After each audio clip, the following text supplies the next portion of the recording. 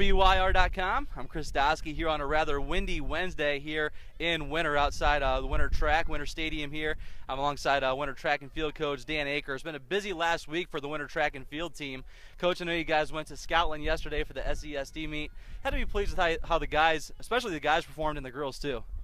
You know, overall I thought we did a very nice job. I think that was one of the bonuses of definitely getting in the SESD because of the competition. And that's in all sports, but in track in particular. We knew Bonham's boys had a really good team, and I was even more impressed after I saw them firsthand. I knew their upper echelon was good, but they're really deep. And so they were able to score a lot of points and beat us pretty handily, actually, for first. They scored, I think, 170, but we scored 116 and got second.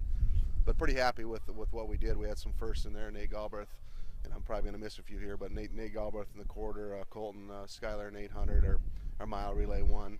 Sean Bice qualified in the 200. He got fourth and still pre-qualified for state, so that tells you what kind of speed we had there. Girls, you know, they ended up in fourth, but scored, I thought, a good number of points for the limited number of girls that we have out. Chloe Bartles had 3 firsts individually in the 8 mile and 2 mile, and we were able to pick up places throughout there. So, you know, overall, I was happy with the way we performed, and I think more importantly, probably for our kids and for us coaches, it really showed us where we're at, because there's going to be some state placers that we saw yesterday. So kind of have an idea where we're going to go forward for regions and what we may focus on and see what we can do at the state track meet. I know it's been a long time since you guys have been able to get in back-to-back track meets on a consistent basis. So looks like you guys, the weather looks promising for Friday for the quarterback club invite. A lot of teams coming. If you could tell us how many teams are coming to Winter. Well, actually, we limited a number of teams. We've had this a bigger track meet, but what really kind of hurt us this year is 2 of the conferences out west moved their track meet to Friday. So we have 7, so it's not a huge number. But with that being said, I think what I decided to do is we're opening it up to teams to unlimited entries. We're going the region format and try to stay on schedule.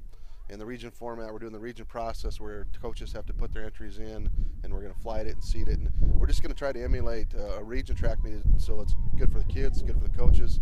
And I think the other nice thing about going unlimited is that's going to be the last track meet for pretty much everybody. So for the ones that aren't your top 3 in every event, they get to compete one more time. And it's really important for our boys. We had big boys numbers, and when you only limit to 3 to an event, there's been unfortunately, a lot of our athletes that haven't been able to compete in a lot of track meets. So we're going to look at that as 2 positives, I think. Number 1, getting the routine of a region in, and then everybody getting a chance to compete at the end.